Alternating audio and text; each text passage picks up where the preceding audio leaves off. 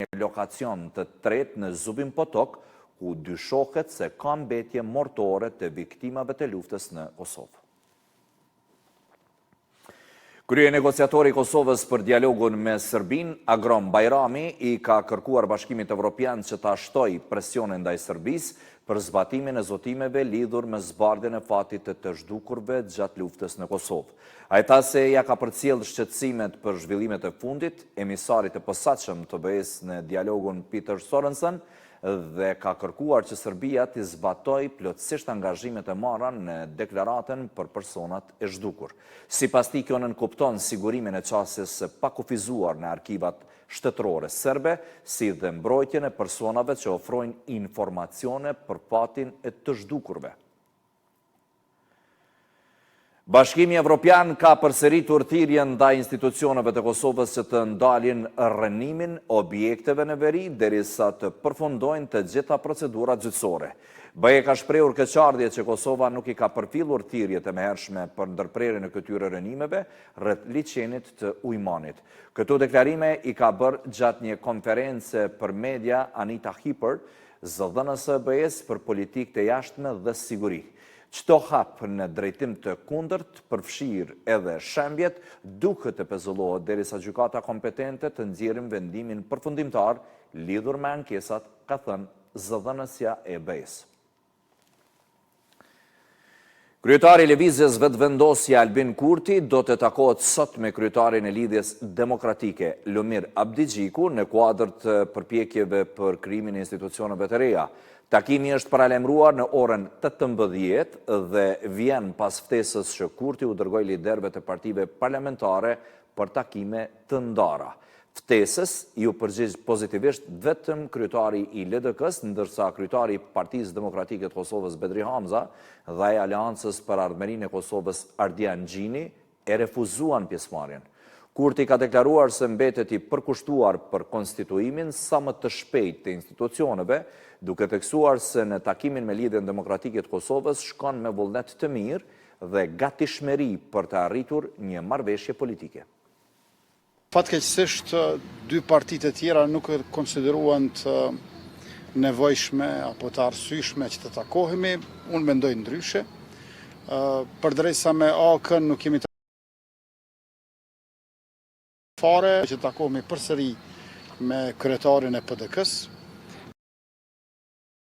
me ministrin e Financave, që njëkohësisht është antar i kryesisë së Vetëvendosjes së Kurrant Muratin, ndërka që nga ana tjetër, në formatin 1+1, do t'jetë edhe Lidhja Demokratike e Kosovës, kryetari Lumir Abdigjiku me bashkëpunëtor, dhe ne dëshirojmë që sa më parë të konstituohet kuvendi, të zgjidhet qeveria dhe ta zgjedhim presidentin, meqense siç kemi thënë më herët, siç nuk kemi pasur nevojë për zgjedhjet e kaluara, nuk kemi nevojë as që ato të ardhshme të jenë para vitit 2030. Në Zubin Potok është përuruar rehabilitimi i një pjese të kanalit të Ibër-Lepencit, projekt që sipas institucioneve synon forcimin e sigurisë ujore dhe mbrojtjen e infrastrukturës kritike. Kryeministri në detyrë Albin Kurti dhe Ministrja në detyrë Ekonomisë Artane Rizvanolli vlerësuan rëndësinë e investimit për furnizim me ujë dhe prodhimin e energjisë, duke thënë se projekti përfaqëson një investim strategjik për mbrojtjen e kanalit dhe sigurinë ujore të vendit.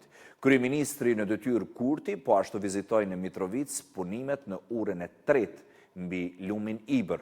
Kurti tha se qëllimi i projektit është mbrojtja e mjedisit dhe parashihet të përfundojë si projekt si vjet.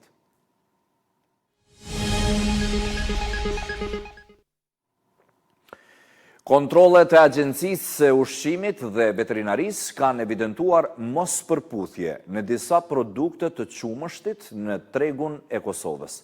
Drejtori ekzekutiv Bekim Hoxha tha se gjatë periudhës prill-korrik janë marrë dhe analizuar 495 mostra, ku 93 raste rezultuan me parregullsi në deklarimin ose përbërjen e produkteve, ndërsa ministri në detyrë i bujqësisë Armend Muja ka paralajmëruar kallëzim penal ndaj kompanisë rajonale të ujitjes Drini i Bardh.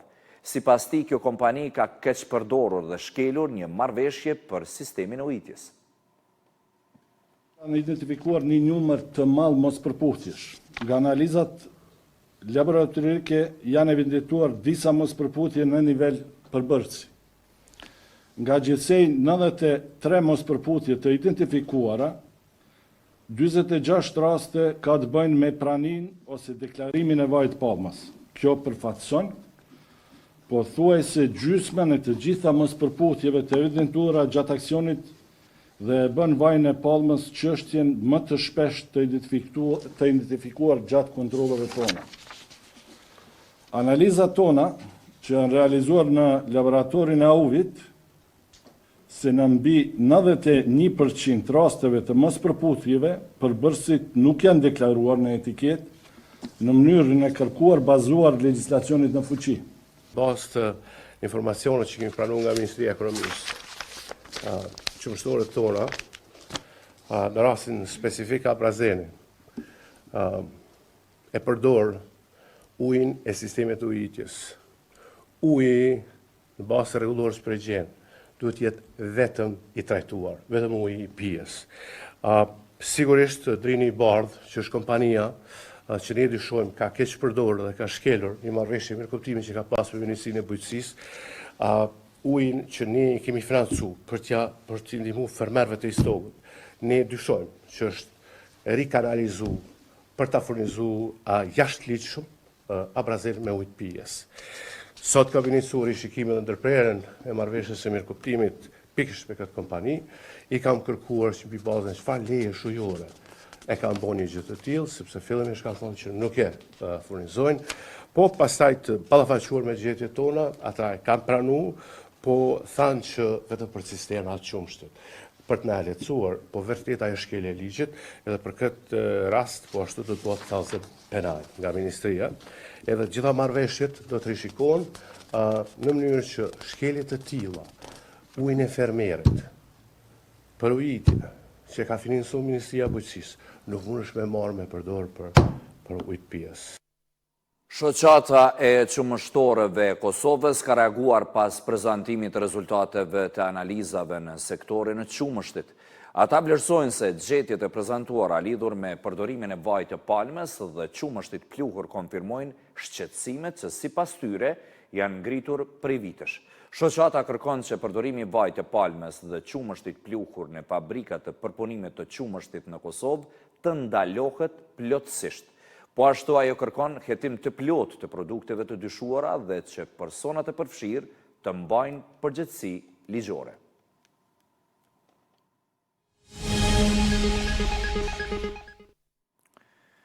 Është mbajtur takimi i parë i Komitetit Organizativ të Lojrave Mesdhetare Prishtina 2030. Në këtë takim morën pjesë përfaqësues të lartë të institucioneve të Kosovës dhe Shqipërisë. Në ndërtesën e qeverisë së Kosovës është mbajtur mbledhja e parë e Komitetit Organizativ të Lojrave Mesdhetare Prishtina 2030, duke shënuar nisjen e fazës së koordinimit institucional për projektin më të madh sportiv në historinë e Kosovës. Në takim morën pjesë kryeministri në detyrë i Kosovës Albin Kurti, ministri në detyrë për sport Blerim Gashani, presidenti i Komitetit Olimpik të Kosovës Ismet Krasniqi dhe presidenti i Komitetit Olimpik Shqiptar Fidel Ylli, e po ashtu edhe përfaqësues tjerë të institucioneve të Kosovës e Shqipërisë. Lojrat mesdhetare Prishtina 2030, kryeministri në detyrë Kurti i quajti projekte përbashkët me rëndësi shtetërore e kombëtare.